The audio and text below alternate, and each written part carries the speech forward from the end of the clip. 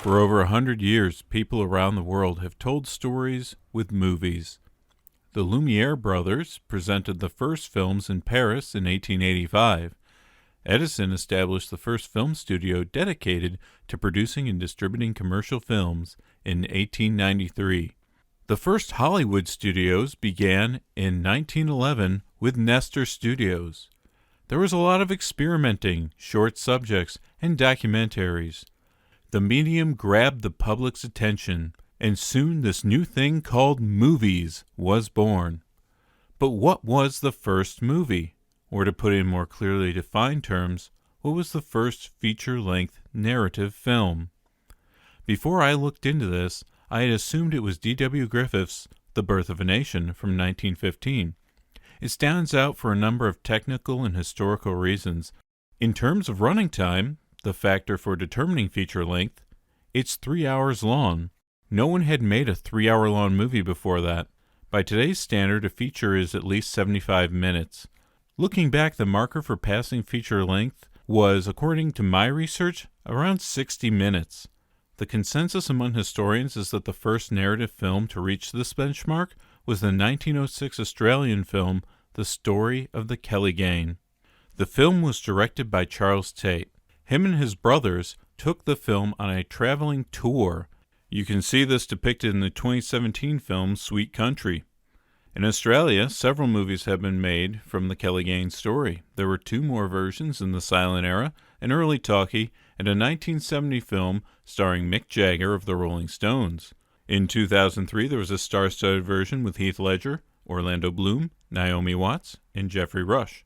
As recent as 2019, there was The True History of the Kelly Gang, with famous Australian actor Russell Crowe. Unfortunately, the 1906 film can no longer be seen in its complete 60-minute form. Only fragments of the film remain today. A sad fact all too common when dealing with older films is that they deteriorate without special care taken to preserve them. For silent-era films, this means we've lost more than we've been able to save. The fragmented version that exists today was restored by the National Film and Sound Archive of Australia and was released in 2006. That is the version I'll be using for the purposes of this video. The key image from this film is of a man in a suit of armor with 6 guns. That is an exciting mashup of a medieval knight and a cowboy, and it surprised me. I didn't expect to see that when I was looking into the first movies ever made. Turns out it's from a true story. Ned Kelly was a real-life 19th century Australian outlaw. He had a gang, he robbed people, and he wore a suit of armor in a shootout with the law that ended in his capture. His actual armor is on display at the State Library of Victoria in Melbourne, along with his Enfield rifle and one of his boots. The armor shows 18 bullet marks. Director Charles Tate, in making his film, was allowed to use the real armor, so the image from the film is of an actor in the authentic armor. At a glance, this might look like a Western. Obviously, it's set in Australia, not the Old West of the United States. Over there, these are called bushranger films. And while they share some things in common with American Westerns, they come with many of their own traditions, styles, and themes which make them unique. The original Mad Max movie is said to share a lot of elements familiar to the genre. One that I particularly enjoy is The Proposition from 2005.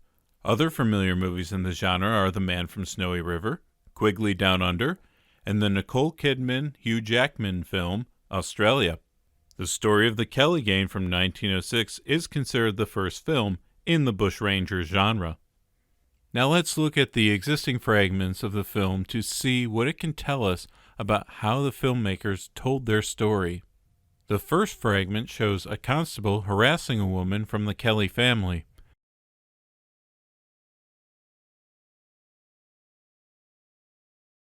Next we see lawmen firing, apparently at birds in the tree, and don't notice the gang sneaking up on them.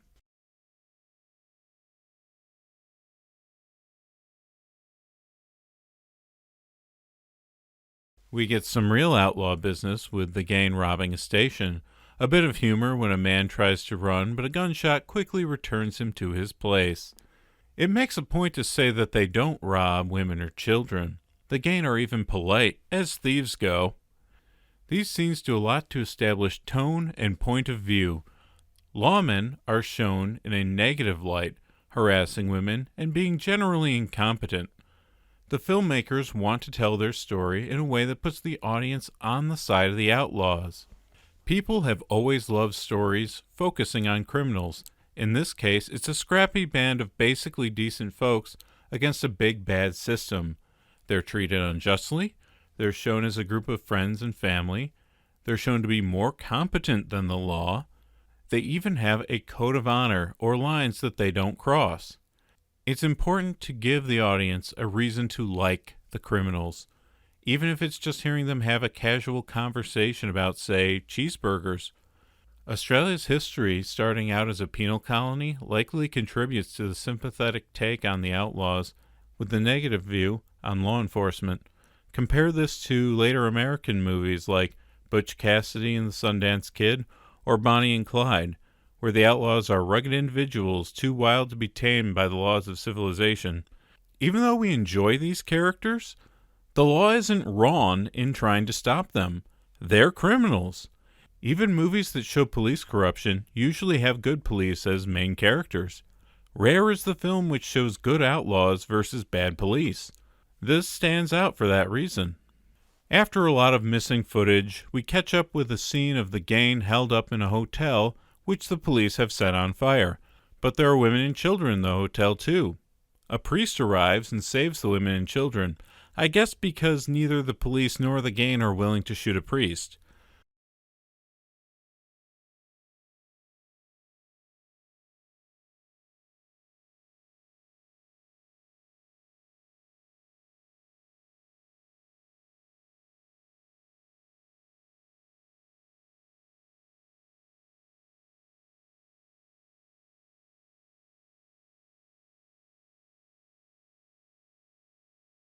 It ends with the armored Kelly in his last stand.